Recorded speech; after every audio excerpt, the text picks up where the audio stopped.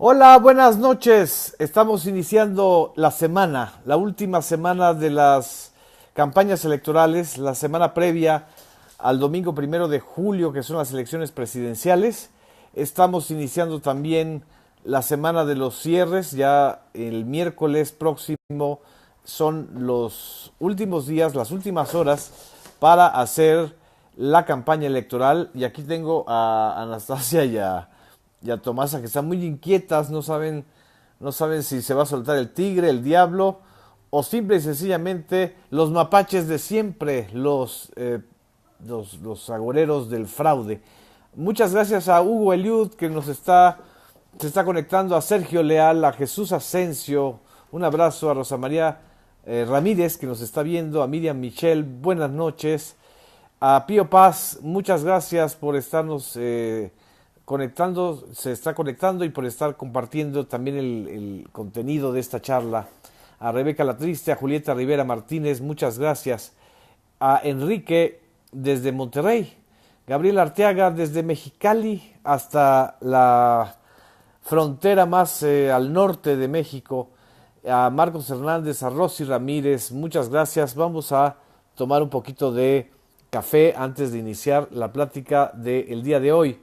Gracias, Beatriz Chávez, que nos estuviste esperando, a Mario Ortuño. Gracias, que se está repartiendo primer plano y este comentario. ¿Qué tenemos? Tenemos una gran tensión provocada por tres situaciones que creo que están ya cada vez más claras. En primer lugar, no pudieron los otros contendientes ni siquiera acercársele a la coalición que defiende la candidatura presidencial de Andrés Manuel López Obrador, Juntos Haremos Historia. Es la narrativa de las encuestas, de todas las encuestas. Parecería que si fuera una especie como de autoengaño o fraude, sería el fraude más costoso, porque cada encuesta vale por lo menos 2 millones de pesos, más la difusión de cada encuesta, la realización de las encuestas vale por lo menos de 2 a 10 millones de pesos. Y el hecho de que todas las encuestas coloquen a López Obrador por encima de Ricardo Anaya y de José Antonio Meade, y ya pues, obviamente del Bronco, de este delincuente electoral que todavía sigue llevando acarreados a sus mítines y dándose de golpes de pecho. Si así fuera, pues estaríamos ante una operación de fraude de encuestólogos, y creo que ninguno de los encuestólogos se prestaría a un asunto de esta magnitud, y mucho menos si López Obrador y Morena no tienen los recursos que tiene, por ejemplo, el PRI, que es el gobierno federal, que tiene gobiernos estatales, o el PAN, que tiene pues gobiernos estatales que no han apoyado mucho, por cierto, a Ricardo Anaya. Pero es desmesurado pretender y decir, como lo está haciendo el día de hoy Aurelio Nuño, coordinador de la campaña de José Antonio Meade, que ellos van a ganar, que José Antonio Meade va a ganar, y duélale o no le duela a López Obrador. Aquí tengo los mensajes. Dio varias entrevistas el día de hoy en medios que ya casi nadie escucha, pero bueno, lo que sí está sucediendo es que él está presumiendo o está amenazando de una manera muy peligrosa, porque los mexicanos tenemos memoria, y porque jugar con la posibilidad o la percepción del posible fraude electoral es lo peor que le puede pasar a esta sociedad en medio de esta situación. Me están preguntando de robo de boletas de Tabasco. Ahorita vamos a hablar de este tema. Dice Aurelio Nuño, es probable que la elección tenga un resultado muy distinto a lo que reflejan las encuestas, y también es probable que a López Obrador no le guste el resultado.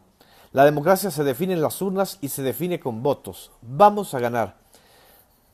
¿De dónde saca la probabilidad Aurelio Nuño?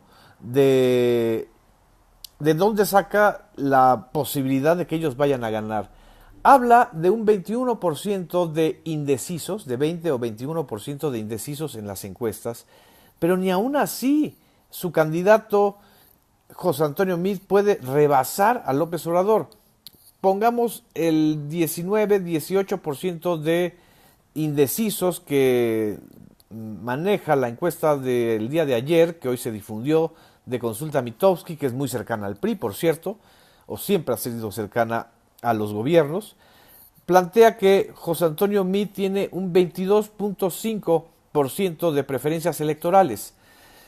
Si le suman, pongámoslo bien, el 20% pues de los indecisos, daría una suma de 42.5%, por debajo del 48% que registra la intención de voto de López Obrador en esta encuesta. Ni siquiera, bueno, el que en todo caso podría acercarse o empatar con López Obrador, si se le suman los 21 puntos o 20 puntos de los indecisos, es Ricardo Anaya, de la coalición por México al frente, según la encuesta de Mitofsky. Sigo en la misma comparación. 25.5 tiene Ricardo Anaya, si se le suman 21 o 20%, daría 45, 46%, que estaría a 2% de la coalición de López Obrador. Y además, en ningún país del mundo, en ninguna elección, el porcentaje total de votantes indecisos se van por un candidato. Es absurdo lo que está planteando Aurelio Nuño. Es una demostración de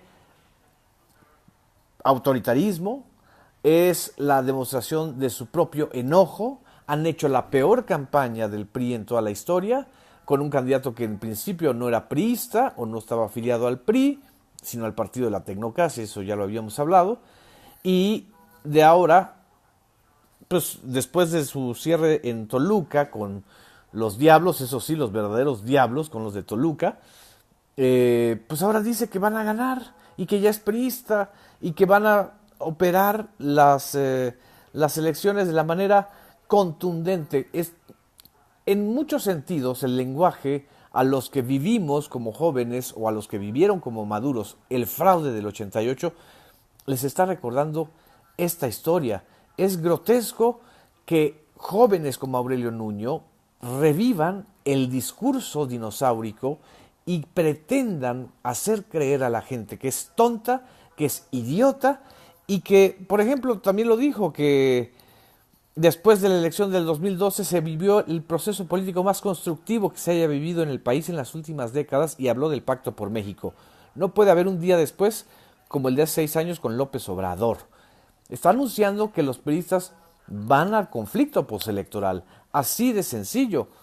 Entonces, si el Pacto por México fue la gran cosa, y aquí tenemos a los tamales oaxaqueños que nos están haciendo fondo, como siempre, si el Pacto por México fue la gran cosa, ¿cómo se explica, Aurelio Nuño, que los 4 partidos que formaron el Pacto por México, el PRI, el PAN, el PRD y el Partido Verde, estén ahora perdiendo las elecciones? La coalición del PAN y el PRD ha sido un desastre para ambos partidos. El único que sale ganando es un partido pequeño que se llama Movimiento Ciudadano, de Dante Delgado, que ya va a tener una gubernatura a través de Enrique Alfaro, que por cierto no ha hecho campaña por Ricardo Anaya. El PRD se desfondó de una manera brutal el día de ayer. La ex dirigente nacional y ex gobernadora de Zacatecas, Amalia García, le clavó un clavito más a la cruz del PRD, dijo que se renunciaba, no sé por qué lo hizo hasta ahorita, no lo sabemos, no ha dado entrevistas, pero fue muy clara cuando dijo que no puede apoyar a alguien que votó a favor de la reforma energética, no sé por qué hasta ahora se dio cuenta, pero bueno, y así como Amalia García, otras corrientes, otros grupos, otros legisladores del PRD se están yendo ahorita a Morena, y también del PRI, como Humberto Mayans de Tabasco, es decir, hay una desfondada, hay una desbandada y desfondada del PRD, perdón, del PRD, del PRI y del PAN hacia Morena. ¿Cómo explican entonces que el único partido que no existía cuando se firmó el Pacto por México y que no apoyó el Pacto por México, que es el partido del Movimiento de Regeneración Nacional, Morena, encabece las encuestas electorales? ¿De cuál primavera política está hablando Aurelio Nuño? Lo que están haciendo es amenazar con el conflicto postelectoral y eso está generando mucha más tensión. Ahora estaba oyendo los noticieros y están cargándose con la declaración de Jacob Polensky de que si hay fraude, van a ver a los diablos revivir y entonces están con el asunto del tigre o del diablo. Los que están amenazando, señores, son los priistas. Los que están diciendo y los que están actuando como siempre han actuado durante 80 años, no somos parados, o sea, sabemos quiénes han gobernado este país durante 80 años, sabemos quiénes son los expertos en mapachería electoral, sabemos quiénes son los que no les gusta dejar los privilegios y no les gusta la incertidumbre electoral. No puede haber demócrata al que no le guste la incertidumbre electoral, es decir, que no sepa o que diga que a final de cuentas pues hay que dejar las cosas en manos de los votantes. Eso sería el discurso lógico de un demócrata, no estas bravatas de Aurelio Nuño, que lo que generan es mucha preocupación porque tienen el gobierno federal, porque tienen al ejército, porque tienen los recursos de los que se han servido de manera ostentosa para hacer todavía operaciones de fraude. El día de hoy, por ejemplo, sale la noticia de que robaron 2 paquetes electorales en el proceso federal de Tabasco con 11.025 boletas que estaban destinadas a utilizarse en la elección del próximo domingo. Según informaron la presidenta del Consejo Local del INE, María Elena Cornejo Esparza, y Roberto Félix López, secretario ejecutivo del Instituto Electoral de Participación Ciudadana de Tabasco, el IEPCT, los hechos se dieron en la Villa San Carlos Macuspana, a unos 60 kilómetros de Villahermosa. Pero lo mismo sucedió el día de ayer con paquetes electorales en Chiapas. Esta información a mí me fue proporcionada la mañana del domingo 24 de junio, y obviamente hasta ahorita no hemos sabido si la FEPAD está investigando algo de esto. Pero no solamente son estas desapariciones de boletas electorales, están circulando y están difundiéndose videos con operaciones carrusel, están difundiéndose videos como el que hoy en la página de Homo Sapiens subimos, donde una funcionaria o exfuncionaria del gobierno de Hidalgo, de Omar Fayad, está dando instrucciones para utilizar los recursos de Prospera y para utilizar a toda la estructura toda la estructura gubernamental como estructura electoral para los comicios del 1 de julio, y diciendo que quien no colabore va a ser cesado, o sea, lo van a correr. Este tipo de amenazas no solamente se están dando en Hidalgo, se están dando en Tabasco, se están dando en Chiapas, se están dando en todas partes, en Veracruz, donde está este otro engendro fraudulento llamado Miguel Ángel Yunes, que bueno, pues está apoyado nada más y nada menos que por el demócrata Partido Acción Nacional y el demócrata candidato Ricardo Anaya. Entonces, por eso está la tensión tan fuerte en estos días, porque el talante fraudulento de la cultura priista está saliendo a flote, porque no podemos los mexicanos bajar la guardia. Y me dice Sergio Marín Contreras que se supone que el ejército cuida los paquetes. Pues sí, pero aquí el asunto es que se están dando brotes de pérdida de paquetes electorales en los estados. Aquí me están comentando que no sabían de esta información. Aquí se los estoy pues diciendo y comentando, porque también en 3 entidades el resultado es incierto para la gubernatura. Esas entidades son Veracruz, Puebla y Yucatán. Según la información que tiene el Tribunal Electoral del Poder Judicial de la Federación, no está definido quién va a ganar en Puebla, quién va a ganar en Veracruz y quién puede ganar en Yucatán. Y en estos 3 estados es muy probable que haya mucha tensión y muchos brotes de fraude electoral. Eso estamos hablando a nivel de gubernaturas, y ahí es donde tenemos que estar muy pendientes. ¿Qué es lo que estamos aquí comentando? Que estos elementos para ensuciar y para incrementar la tensión antes de la jornada electoral, lo que quieren provocar es que la gente se inhiba y no vaya a votar. La cultura priista aflora, florece, se reproduce cuando la gente decide quedarse en su casa, en la clásica actitud de yo para qué participo si siempre es lo mismo, si son siempre las mismas cochinadas. Lo que yo quiero decirles a ustedes, y que lo convoquen y que lo digan a través de sus redes, a través de los que de todos los que conocen, que voten por quien quieran, por quien ustedes piensen que sea el mejor candidato o la mejor candidata, incluso que voten hasta por el PRI si les conviene, pero salgan a votar. El asunto real es que si es una participación menor al 60%, es ahí donde va a estar el fraude.